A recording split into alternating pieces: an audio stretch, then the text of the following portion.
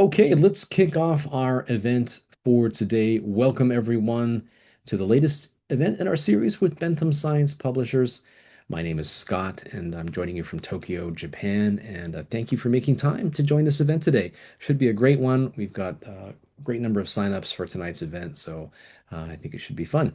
And tonight's topic, in some ways, is a follow-up or a bookend to our topic from 2 months ago. If you were able to join that event, it was our event on brand building for researchers, together with our colleague, the wonderful Dr. Maria Machado. Maria talked through some strategies that you could use to carve out a unique brand or niche for yourself in the publishing landscape. So, in some ways, this event is a part two. We got great response on that event. So, hopefully, tonight's event will also be useful for you. So, the topic tonight is social media and research promotion. Accelerate your alt metrics. And our expert presenter today is my friend and colleague, Dr. Gareth Dyke. Gareth, how are things today? Fantastic. Everything's going absolutely brilliantly. And you, Scott, how are you? Everything okay? Doing wonderfully well. Yeah, it's another steamy, sticky hot day here in Tokyo, but all's well, and I hope everyone joining us today is doing wonderfully well as well. Fantastic. Do let us know where you're from. Do type there in the chat box your name, where you're from. Please let us know. We love to hear from our colleagues attending these events from all around the world, right, Scott? We do. We do. Let us know where in the world you are and what kind of work you're doing. If you care to share, we welcome everyone here, whether you're a researcher, whether you're a librarian, a funder, a lab leader. We welcome everyone. So if you're joining us for the first time, this is a series of events sponsored by our friends and colleagues at Bentham Science Publishers. And if you are joining us again, you're coming back. We appreciate you coming back and making the time to join our events. And we welcome you to contribute and to post your comments or questions in the chat or in the Q&A panel. We love to hear from you, and we love those challenging questions that we get from our more experienced guests, don't we, Gareth? They keep us on our toes. Absolutely. Absolutely, absolutely. And we're not pretending to be experts in any of the topics that we talk about, but we welcome your feedback. We love to hear from everybody. And I see that some colleagues are already posting in the chat from Egypt, from the UK. Do get involved. I know we have lots of colleagues from China joining this event. So good evening in China. Great to see you. Great to see you. Just a little bit of information about us. On this screen, we're going to be talking about Altmetrics, social media, and how you can use social media to promote your research as an academic. But let's talk a little bit about our fantastic sponsor, right, Scott? This is another event that we're doing for our friends at Bentham Science. Right, if you're joining us for the first time, there's some information here about Bentham Science Publishers. As you can see on the slide here, more than 160 online and print journals, including hybrid and open access journals, and more than 1,300 online and print books. So Bentham publishes, of course, journals as well as books and ebooks, and with a strong specialization in areas such as life sciences. As you can see here, the cell biology and other publications in the field. The important thing to note is that Bentham Science Publishers is a highly ethical publisher, is a member of COPE, the Committee on Publication Ethics, and has a uniquely robust and ethical double-blind peer review system to help level the playing field for researchers. We'll share some links in the chat where you can explore more about Bentham's journals and books. Absolutely, absolutely. Sorry about the echo. I see some colleagues are also raising their hands. We will, as always, have lots of time at the end of our event for a Q&A, but I'm really enjoying seeing all the different colleagues from different parts of the world mentioning their names and where you're from: China, Algeria, Burkina Faso, Nigeria. Many of you joining us for the first time, which is absolutely fantastic, right, Scott? Great. Everyone's welcome to join, and we look forward to hearing your questions and comments during the event today. So thank you for joining us, everyone. Let me just note as well that Bentham, the sponsor for this event, are listed in a number of key places. You can see them here on this slide: Clarivate, EBSCO, Scopus, for example. So if you are looking for a great place for your next research paper, then perhaps Bentham Science would be a great publisher to have a look at. And we have a bit of a special offer, a bit of a free gift if you're joining us and you're a librarian or you know a librarian. Scott? Right. If you scan the QR code here, it will take you to a form where you can quickly and easily sign up for a free trial for your institutions. It's the full Bentham collection. You can get that with no obligation to try it out in your institution, in your library. And again, there's absolutely no obligation. You get access to the full collection. And it's a very painless way to try out the Bentham collection in your institution and find out the benefits for your team and your researchers.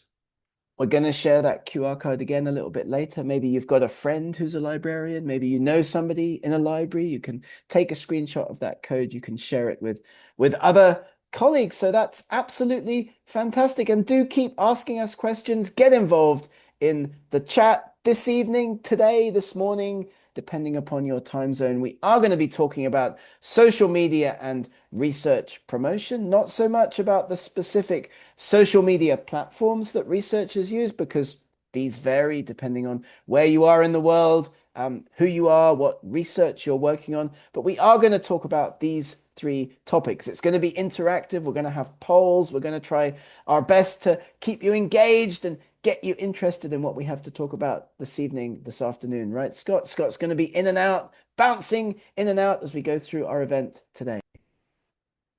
Right, I'll be turning it over to you, Gareth, in just a moment here, and I'm looking forward to this one because this is an area where I don't feel my skills are particularly strong, is engaging on social media with others in the field. So I'm looking forward to hearing your tips and tricks today, Gareth. So over to you, and to all of our guests, thank you again for joining. I look forward to engaging with you in the chat. So over to you, Gareth. Fantastic. South Africa, Sudan, Kingdom of Saudi Arabia, India. Those are just the four countries that I can see on my screen in the chat box just right now. Fantastic. Thank you so much, everybody, for joining us. We are going in this event to talk about three related aspects of social media use and research promotion. We're going to start off by talking about social media and what that can mean for your research impact. We're then going to talk a little bit about some strategies that we've developed that we know other researchers use, people that we talk to, colleagues that we engage with, different universities, research councils that we do these kinds of events for around the world, strategies for research engagement. And then we're going to have a bit of a live demo. We're going to talk about how you can easily craft a social media post, and that's going to be using AI. So get ready with your favorite AI tool, your favorite AI agent. That could be Gemini, that could be ChatGPT, that could be DeepSeek, just to name a few. But this is our agenda, our itinerary for the event today. So let's get going. Let's begin. Let's jump in and talk about social media and research impact. Thank you once again, everybody, for joining us. Why should you talk about your research on social media? Well, there are four main key elements to this. It will help you to become a much more effective communicator as you share your findings, your research findings, directly and efficiently with your community as well as the wider world. And this is a key skill to develop as a researcher. Most researchers, most PhD students especially, very, very good at talking about their own research in a very specific, very tight, very technical way. But it's a great skill to develop to talk about what you're working on in a wider, more generalistic context. You do need this as you develop your research communication skills, as you talk to policymakers, as you talk to government officials, as you talk to members of the public about what you do. Secondly, using social media, gaining skills in social media communication will help you to transfer knowledge, as this facilitates the exchange of ideas and fosters, hopefully, interdisciplinary collaboration. You never know who you're going to meet and who you're going to engage with. It will also boost your own creativity, as we're going to talk about in a moment in our little mini workshop, exploring new methodologies, drawing inspiration from the work of other researchers, and of course, fundamentally, this helps you to promote your research, amplify the impact of your work, and reach audiences that would otherwise never find you. And this is very, very, very important. In this day and age, we have to demonstrate that we are making an impact with our research. So, using social media, various kinds, has the potential to help you reach those who your research was intended to help, policymakers, those in government, medical researchers, patients, members of the public who might not otherwise be reading your research academic papers. Create debate, influence academic peers, sparking public interest and raising the profile of research. And as well, very important to do this, measure this, quantify your reach on social media because this will help you to secure research funding or sponsorship for new projects. When you write a grant application or you write a pitch or you write a proposal to get funding, it's going to be really important to say, the last time I did this, I was able to put this research in front of X number of people on this platform, that platform, or this platform. And that's where Altmetrics comes in. We're going to talk about that fantastic product in a moment as well, as you use your outreach as a researcher to build long-term relationships with industry players, other people in your field, and of course, opening the door to potential commercial partnerships and consultancy work. We do encourage everybody working as a research academic to have a think about what they might be doing in a day-to-day work if they were not a research academic. There are a number of absolutely key transferable skills that you do develop as a researcher that will stand you in great stead in lots of other walks of life, in lots of other lines of work. And many academics don't really think about those kinds of things, but there are key skills that you will develop. And colleagues, I see a number of you raising your hands. Don't worry, at the end of our event today, in about half an hour from now, approximately, there will be lots of time for comments and Q&A. And we didn't mention as well that you will be receiving a full recording of this event, as well as a certificate and other goodies in a follow-up email that dear old Scott usually sends about 24 hours after the event. Right, Scott? That's right. Everyone gets a certificate for joining us today. So thank you so much for taking the time. And we'll send that out, as Gareth said, about 24 hours after the event. We'll also send you, as Gareth mentioned, the recording, the full video recording, and feel free to share that with any of your colleagues who were not able to join the event today. So check your inbox tomorrow. I want to ask you about this as well, Scott, while you're here. There are a number of disadvantages, aren't there, to using social media in an academic context? And I know that you go through this a lot with your students at your university in Tokyo. Like, what are some of the disadvantages of using social media to promote your research? Right. Well, as you can see on your slide here, there are a number of possible disadvantages. I think one of them is a lot of researchers are concerned about diluting their professionalism or expertise, or over posting or over sharing. But I think, as we're going to see in an upcoming slide, attitudes are changing and people are becoming much more positive about researchers using social media platforms to share their research. So I think people are increasingly open to us sharing our work on social media, as we'll see in a moment. I definitely get sucked into the first one. That's time management. You know, you can spend Mm, all day doom scrolling. You can spend all day on LinkedIn or X or WeChat, whatever you're yeah, using to promote your research can be a bit of an issue. And online effort, right, for doesn't sure. often get the credit. You don't get the credit for this kind of thing, right, Scott? I mean, the researchers at your university, they may be posting on the channels in Japan, Line and other platforms that people use to promote research in Japan, but you don't get any credit for it, do you? Well, it depends. I mean, many institutions, hospitals, for example, might have dedicated teams that handle their press releases and so on, or of course, universities do as well. So I think it's a shared credit situation. Authors will often reap some of the rewards from those promotions, but quite often, yes, it's the institution gets most of the positive blowback from social media engagement. But that doesn't mean that we can't, as individual researchers, engage on social media and promote our work. You mentioned this a moment ago.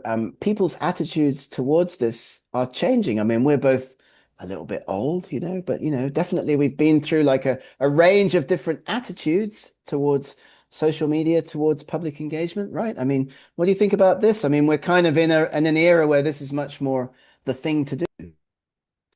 Right. And this is a metric that we quoted in our event from a couple of months ago when we talked about brand building. And a lot of people were surprised by this.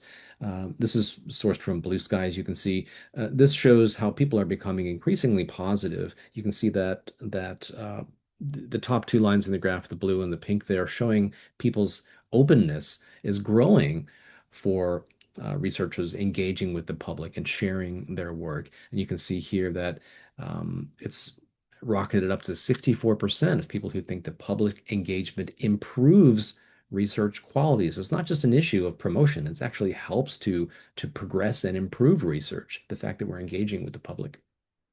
And there's two elements to this, as we'll see in a moment, not just your academic impact, but also increasingly important, more and more important, especially in this era of decreasing research funding, more interest in research from the public. Let's say you are expected, you will be expected as a researcher to achieve impact outside of just citations of your research papers. So let's do a quick poll. Let's see if you're still awake, everybody. Keep engaging with us in the chat.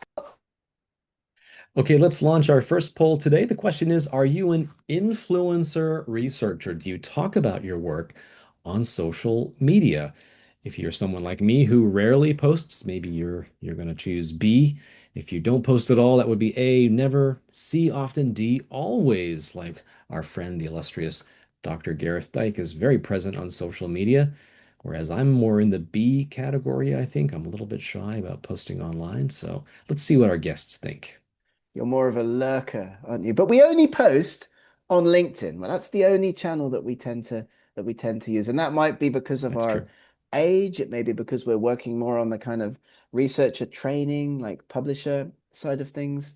Or it may be because that's a great channel, as we'll talk about a little bit later, to achieve engagement, to talk about your research. But have a think, not just about the poll question, everybody, but also which channels you use or you think you could be using to promote your research.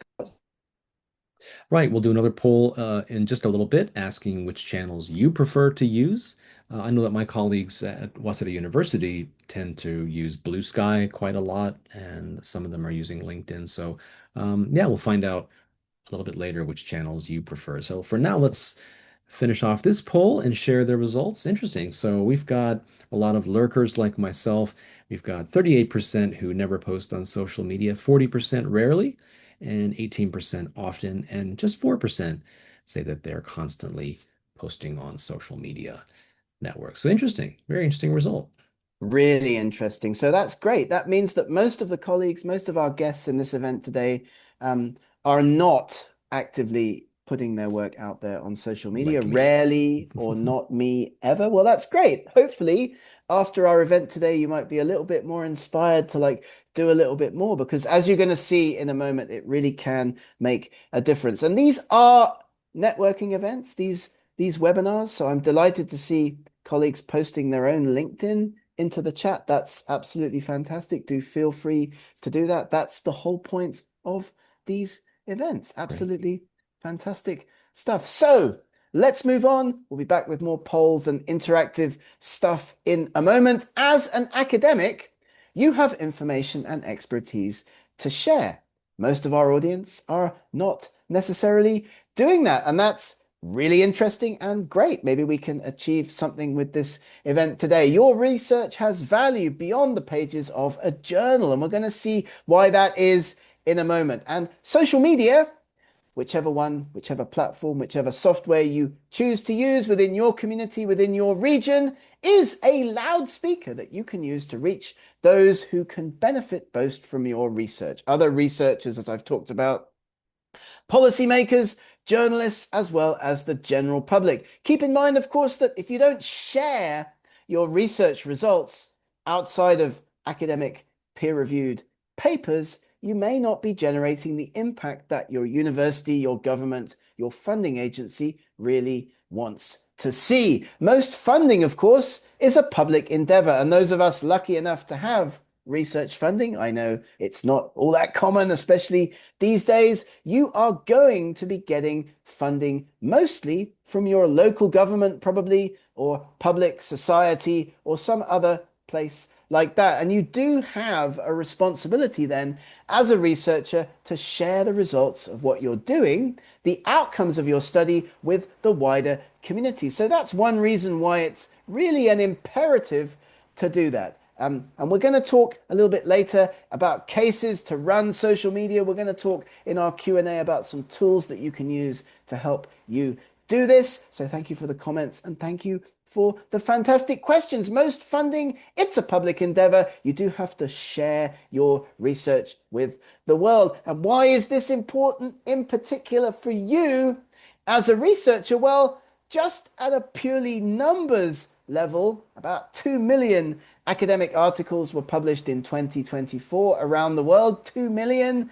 If you're in medical and health sciences, which of course is one area where lots of papers are being published all the time, about 30,000 each month in medical sciences, 30,000 of those receiving significant attention. It is important that you do stuff to make sure your research gets noticed, to make sure that your research does stand out from the crowd. And this is one great way to do it. Social media is your most direct and accessible channel to stand out there in the middle of millions of publications. So basically, why should you do it? Why should you think, if you're in that 50% or more of attendees of our event today that don't often post about their research or rarely post about your research, this is something to think about. Because of course, when I was an active researcher all those many, many moons ago, I was definitely this person in the hammock. I'd publish a paper and that would be it for me in terms of actually promoting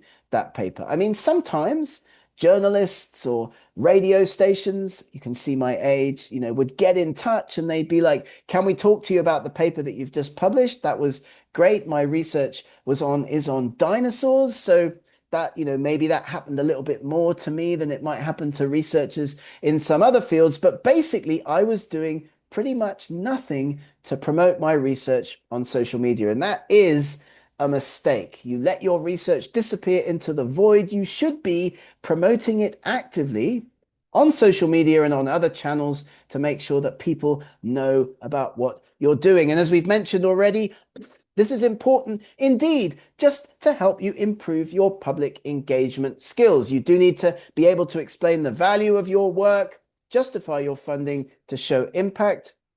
Don't just present your research, talk about it at conferences, talk about it on social media, actively distribute it as well. So one great tip that we often use in our presentations is to put a concluding slide onto that presentation that shares a link to the paper as well as a link directly to your predominant social media channel, as colleagues are doing in the chat from this event today.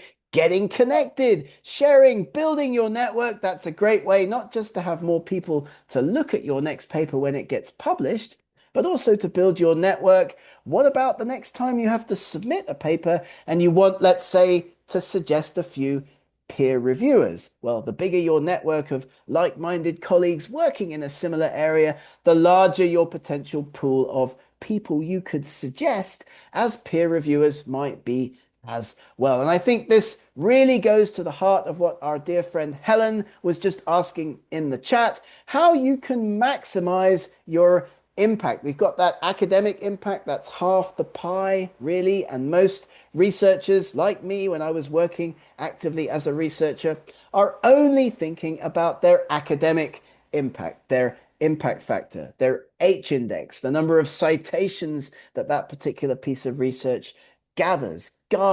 But that's not necessarily the most important part of impact for you as a researcher. What about the economic? What about the societal benefits of the work to the wider world? Research impact is more than just academic impact. And we do show this slide quite a lot in our events. It's really, really important. This is a measure of the good that researchers do in the world. And, we do encourage you also have a look at our friends fasttrackimpact.com, a great small company that provides strategies and ways that you can gather more impact for your research. If you're thinking of writing a grant proposal, I strongly recommend that you do have a look at what they have on their site before you do write your next grant application. This is not limited to citations.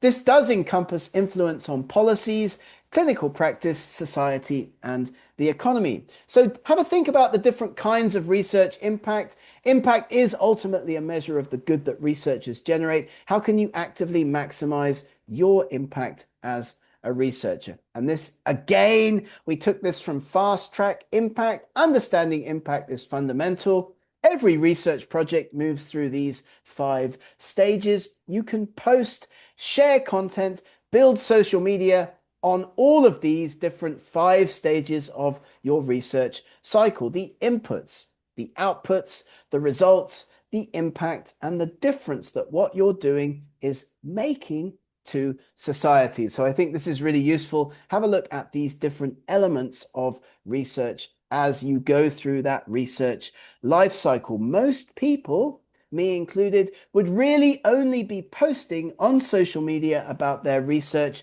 once a paper is published, those outputs. But as you can see, there are lots of other ideas that you can draw in and take on board as part of a social media strategy.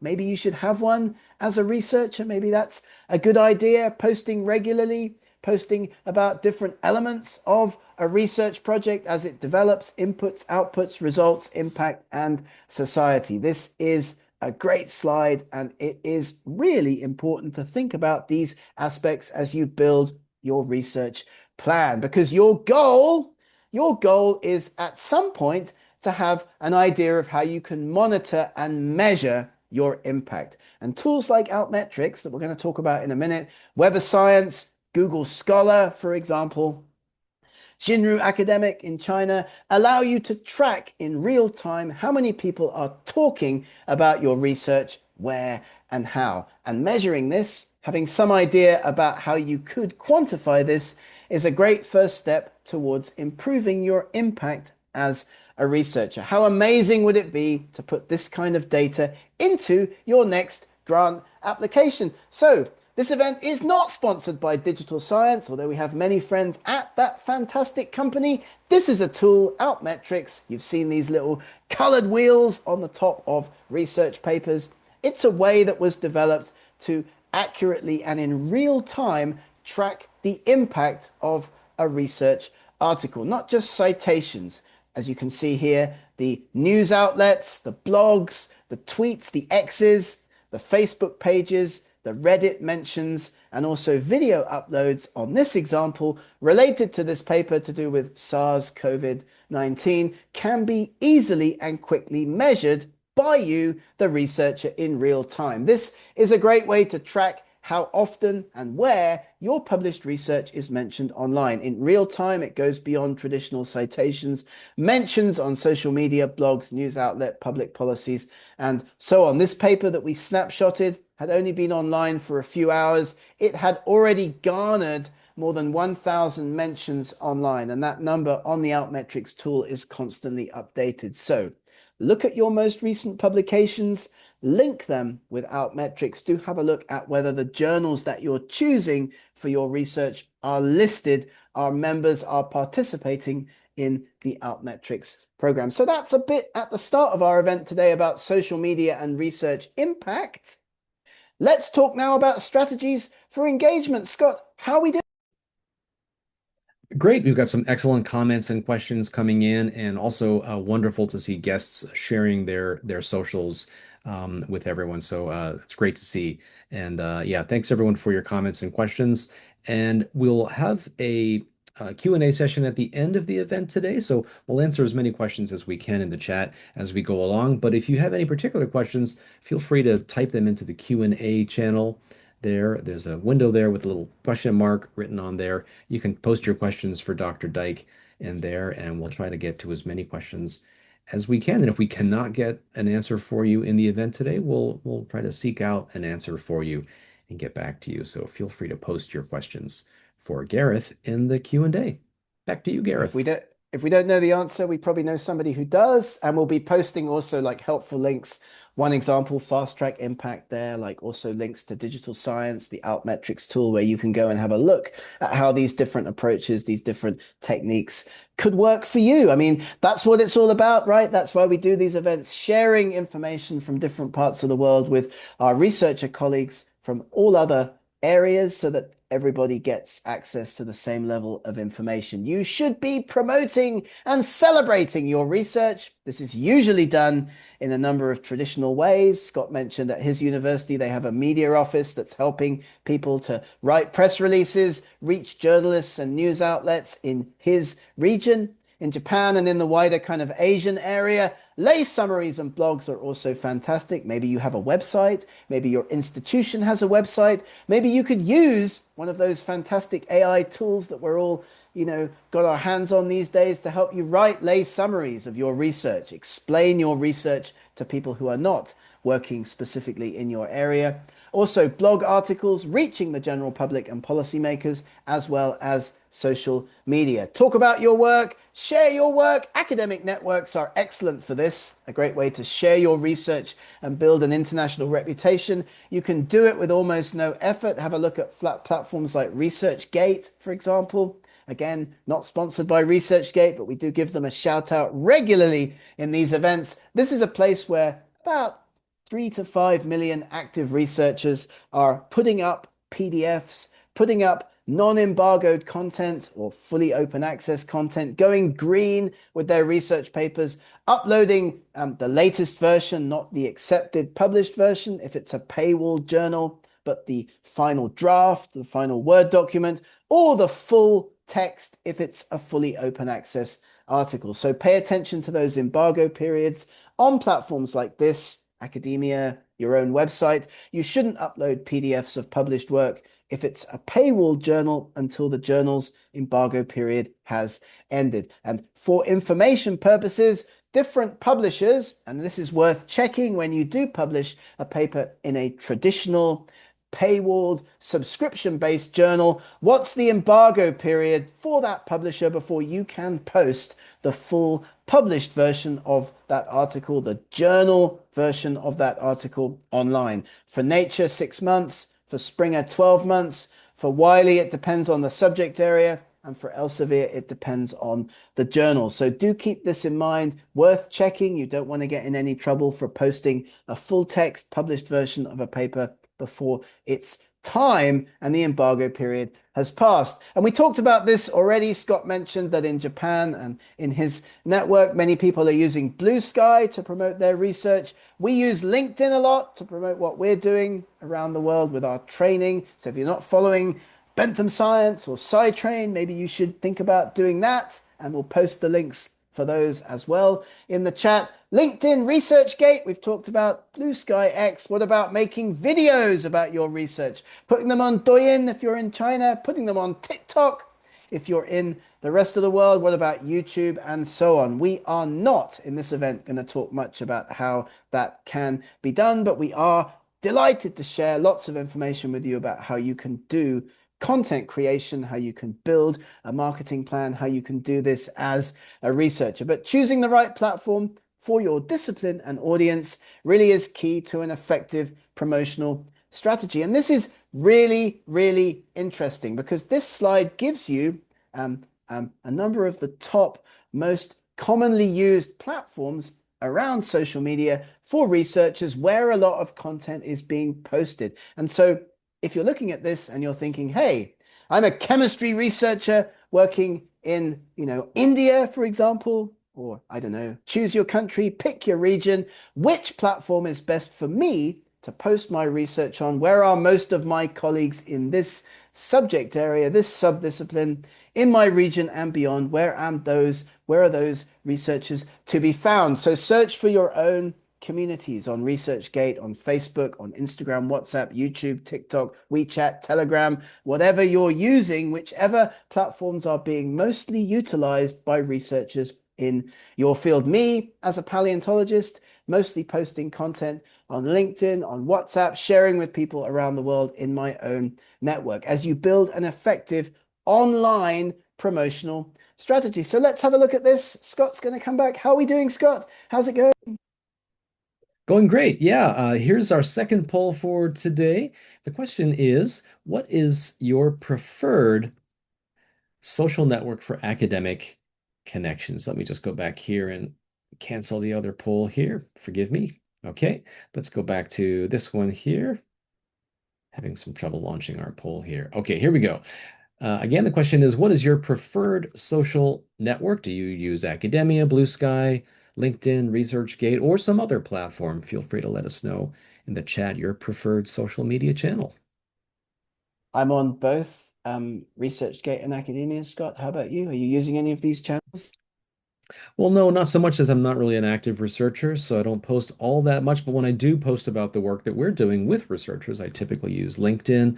Um, yeah, but as I say, a lot of my colleagues these days are using Blue Sky, and many of my colleagues still use X as well. But Blue Sky seems to be increasingly popular for a lot of my colleagues.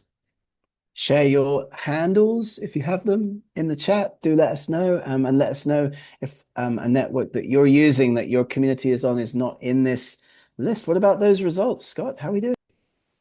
Yeah, WeChat, of course. I see a lot of our guests are mentioning WeChat. That's great. Let's end the poll here. So we've got 15% of our guests using Academia, 2% using Blue Sky, 52% using LinkedIn, like us, 62% on ResearchGate. That's great. And I see a number of our guests also posting on WeChat. That's fantastic. If you have any other channels that you use or recommend, feel free to share them in the chat.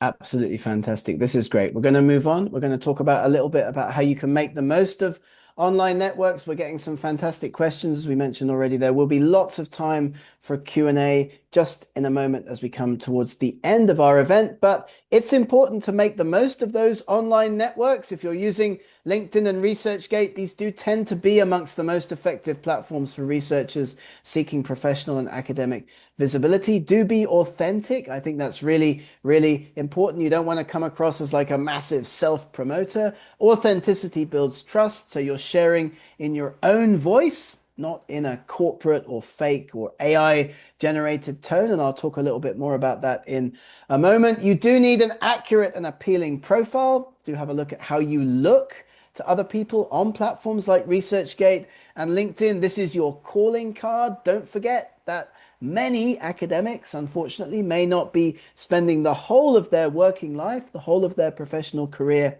in an academic role. So how you look outside of that to the kind of corporate world is very important. Keep this updated, though. Keep it aligned with your institution's policies. And Scott mentioned already at his university in Tokyo, there's an office that helps with this. Maybe it's a good idea to connect with your office at your institution so that you can be compliant, follow your institution and university's policies. Press releases are great. We talked about this already. It's a great way to increase visibility, more downloads, more citations. You do have that responsibility to educate people about your research. And we talked about this already as well. When you share anything online about your work, don't forget to share a short, clickable link to the latest open access publishing in your area that you've put together yourself. You can even do this on your emails, sending out emails to people promoting your research, sharing all of those social media handles and latest research there as well, because this is key. The average number of authors per journal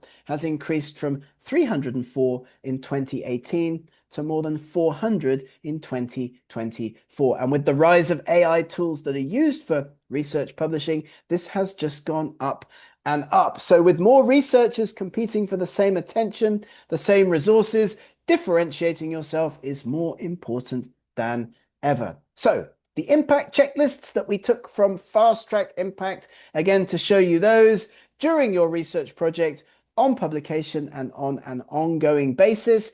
During the project, put as many outputs as possible online, submit your work for posters and other speaking engagements, build up that network of people interested in your work. This is one of the main goals of using social media. On publication, connect the final publication to other related outputs, summarize your work in plain language, and tell people that you have published. This is something that I didn't do effectively as a researcher, keeping your work alive by connecting it to new materials, and measure, quantify, use tools like Altmetrics and others, Google Scholar, to see which communication channels have been most effective for you This is measurable on most social media platforms, of course. If you put up a piece of content, you can see how many interactions you've got, how many engagements you've got, which colleagues and where they're from have looked at and engaged with your content. So strategies for engagement, improving public communication, it's not an option. This is an essential component of your research career. You've got to be able to explain the value of your research clearly and convincingly. You may need to justify your funding by demonstrating your real impact to funding bodies. And you can get better at this. We've got lots of presentations, we've done lots of courses, lots of other online content. For example, have a look at the Bentham Science YouTube channel for lots of other videos on different aspects of research and publishing. You can have a look at our website too. That's scitrain.com, sci-train.com. If you're listening to this and you're thinking, well, I'd really like a bit more training in how to give a presentation or how to write an academic paper, we have that content. We'd be delighted to show up online at your institution and provide that kind of online training. It's a bit like riding a bike or playing the trumpet or driving a car. You learn these skills and you get better at them with practice. You can get better at public engagement. You can communicate more effectively, social media, presentation skills, online communication by practice and with training. So do get in touch if we can help with that in any way. Boosting your citations. This is a component of social media activity, not just when your work is published. Consider this to be a journey. Talk about your research frequently and develop engagement strategies around what you are doing, because networking manifests itself in a number of ways. The success of your networking and communication strategy translates into concrete, measurable results. Social media attention, conferences, Altmetrics, media attention, policy influence, and open debates around your own research. Very, very important and fantastic, and helping you to build up that profile as an international researcher. And we're delighted that so many colleagues are attending this event from all different countries around the world, because we can all learn from each other so much about what works best for us and how we can connect, for example, with researchers in parts of the world where we may not yet have collaborative or networking opportunities. And that's why we do encourage participation in these events. Get involved, share your information, social media posts, webinars and live events, science blogs and newsletters, and public science platforms. Join us at Bentham Science.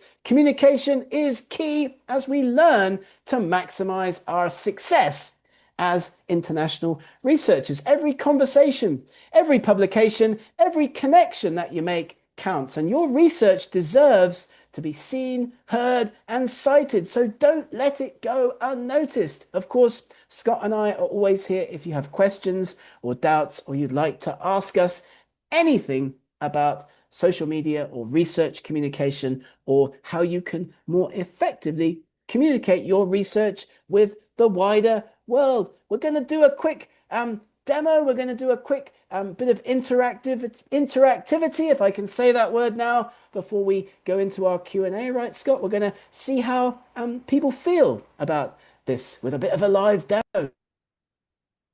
Great. Yeah, we had a lot of requests from our guests today for some specific examples of how we might apply this to a social media post. So I think this will be interesting to see. And so I understand, Gareth, you're going to walk us through the quick creation of a social media post following the steps we see on the slide here. Is that right? We've got the hook, Absolutely. the body, and a call to action as the components of that social We media have. post. Is that right? That's absolutely right. We're going to be using AI in a moment, and that's one of the fantastic aspects of all of these AI tools that we do have at our disposal, right, Scott? You can train your favorite agent to talk like you, to learn about your research, and then help you to write compelling, engaging posts, I would say. Great. So I'm looking forward to this one. And if you have any questions for Gareth, we'll be doing the question and answer session in just a few minutes. But in the meantime, back to you, Gareth. Let's look at creating a social media post.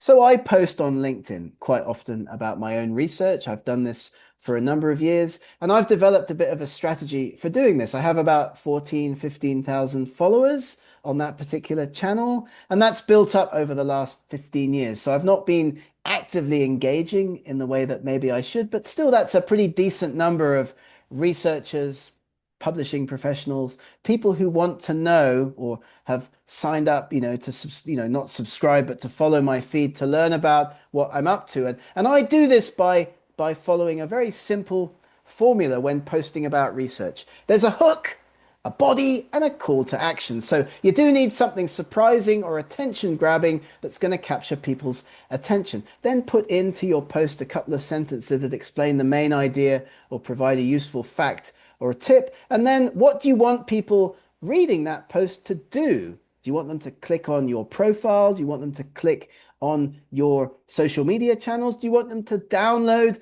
the paper? So that's also an important thing to think about. Usually people aren't going to do more than one of those things. So think about what it is you want people to do at the end of a particular post. So I wasn't publishing for a number of years, but we did publish a paper in 2014 about penguins, and everybody loves penguins. I mean, one of my favorite birds, So we wrote this paper. It got published in Scientific Reports, one of the biggest open access journals around the world. It's a bit technical. It's about climate change. It's about measuring temperature and numbers of birds in different areas and looking at their genetics to understand their distribution. So unless you're a molecular biologist or an ornithologist, you might struggle a little bit to understand this particular paper. But what we did do was we achieved quite a lot of impact by talking about it on social media. Maybe that's because penguins were involved. Maybe that's because climate change was involved. But that's the hook for the post. People are generally interested, maybe not so much in penguins, although I can't quite believe it. Most people are interested potentially in climate change. So I'll show you how I did this more recently using Gemini, using DeepSeek in just a moment. But there is a hook to these social media posts, a surprising opening line. And maybe if you've just published a piece of research yourself, you'd give us an example of how you might do this in the chat, how you might craft a hook for a piece of research that you've just published in the chat. The first sentence here is everything. So from DeepSeek just the other day, here are 5 inspiring examples based on a study about Antarctic penguins and climate change that could have been used as the hook for this particular social media post. What do you think, Scott? Are you a fan of penguins, a fan of climate change? Of course, who doesn't love penguins? Absolutely. And I love how hooky and catchy these opening sentences are. I mean, they really grab the reader's attention. So climate change helped all Antarctic penguins. Now it's creating winners and losers. That was the idea behind the post. And then you've got your body text. A new genetic study shows that although all 3 penguin species expanded after the Ice Age, only the Gen 2, only one species, flexible and able to eat a very abundant food resource in the Antarctic krill. And this is what krill look like, these tiny little microscopic invertebrates. They were able to survive fluctuations in climate change because they have a generalist diet. So they're benefiting from rapid warming. Other species of penguins, once favored, once more abundant in the Antarctic, were now declining. And that's the content. That's the middle sentence. So that's how we crafted that. And then what do I want readers to do on the basis of reading this particular post? Well, I've got a reflective question. How is your species or study system responding to climate change? Does it differ from historical data? This is a hook for researchers in my own subject area, right? So I'm sharing this with other biologists, other ornithologists, other people working on birds generally or birds in the Antarctic. I'm asking them a question about their own research, or for a much more general social media post going out on X or Facebook or LinkedIn, like outside of subject area specific groups, and you find those Facebook, ResearchGate, Academia, for example, you need something much more general. Click here to download the full article or find out more about this fascinating study. And this is how you turn your passive readers into active participants, increasing the organic reach of your post, and with it, your Altmetrics. So I'm going to quickly just show you how we did this very, very quickly, just by stopping this particular screen share.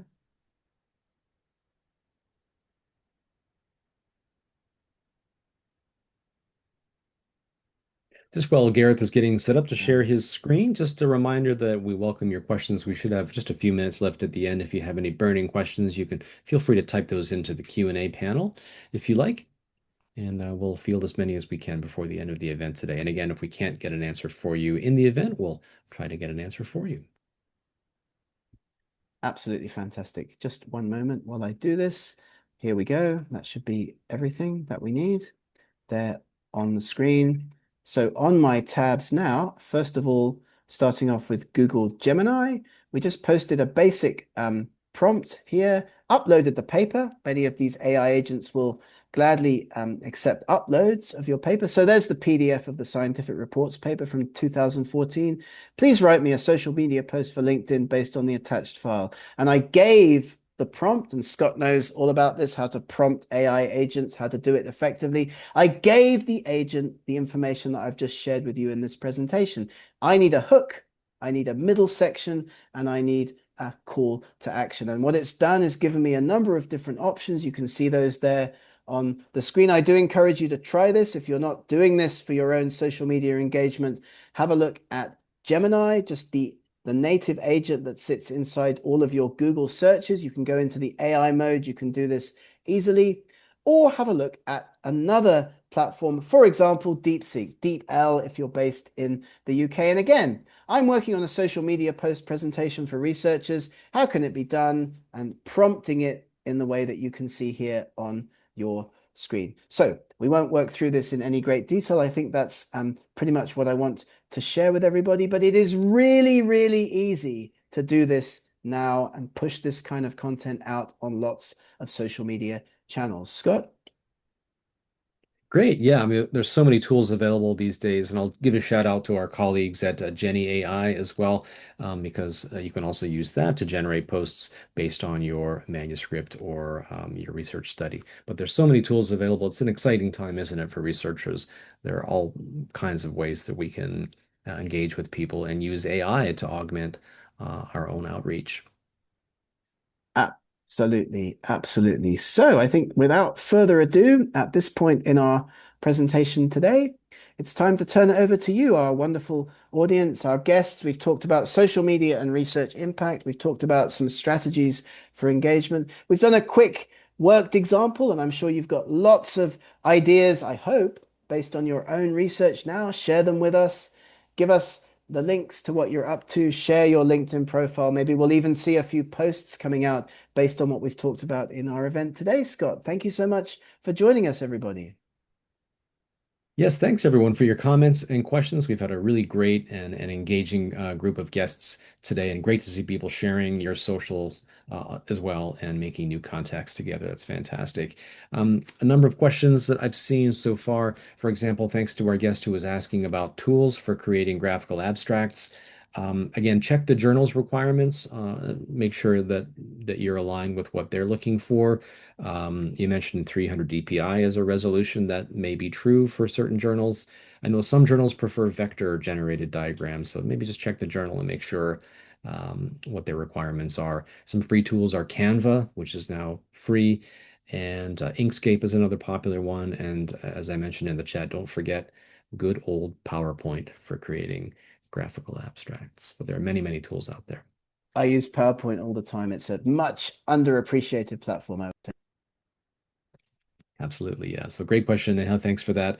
Um, Another question here was which social media platform is best, and also had a number of questions about specific regions, which platform is most effective in the Middle East or which is most effective in India. Well, it really depends. Just off the top of my head, I know my some of my colleagues in India and the Middle East use WhatsApp quite a lot. Instagram, YouTube, I know are popular with my colleagues I know in the Middle East and in South Asia. But I think it depends a lot on the field that you're working in. So, Gareth, any insights on onto which social networks are popular in the Middle East and in South Asia? I mean, our guests attending this event from those regions would know much better Be than best would be than better us, I think. qualified than So we are. Yeah. if you're in those regions, if you're in the Middle East, if you're in the Gulf region, one of the Gulf countries, I've seen like colleagues in our event from that region. Let us know like where people Let us are know. posting information. Also like Southeast Asia countries. Please do tell us. Yeah, please let us know if you're working in that region. Let us know. Yeah, and also the broader question, which platforms are best? Well, I think I wouldn't be qualified to just give a blanket answer, but it really depends on the field you're working in, the region that you're aiming for, and so on. So I'm sorry, I can't really give an all-encompassing answer, but it's a great question. Another question that we got was, should I create accounts on every social media platform? That seems like a lot of work. I mean, as you were saying earlier, Gareth, you're probably spending a lot more time managing your social media accounts than actually conducting research. But I suppose if you have the time, any thoughts on that, Gareth? My instinct would say would be no. That would be a lot of work. Well, in our younger days, and we'll talk about this maybe, Scott, we both managed social media for various companies, and it is a Yes. full-time job. So I would say probably not. Maybe focus on one or two channels like we do that are really going to get you some engagement. We've also been asked about how to do this. Should you pay for this? There are a range of platforms that you could take advantage of if you wanted to that could do this for you. I mean, platforms like Hootsuite is one that just comes into my mind. Scott, you may know more, but there are ways to do this automatically, but you're not paid to do this full time. So, I would say focus on one or two channels predominantly. Yeah, I don't feel qualified to answer that either. But a related question is, how often should I post was one question that I saw. And what should I post if I don't publish very often? That's a question for someone like myself who doesn't is not an active researcher and doesn't often post. So I think these are great questions. How often should a researcher post? And what should I post if I don't publish very often? Any thoughts or insights to those related questions, Gareth? Well, and also thanks for sharing. I can see that Luis is sharing with us like channels that are used in South America. We've also seen colleagues from South Africa posting information for us.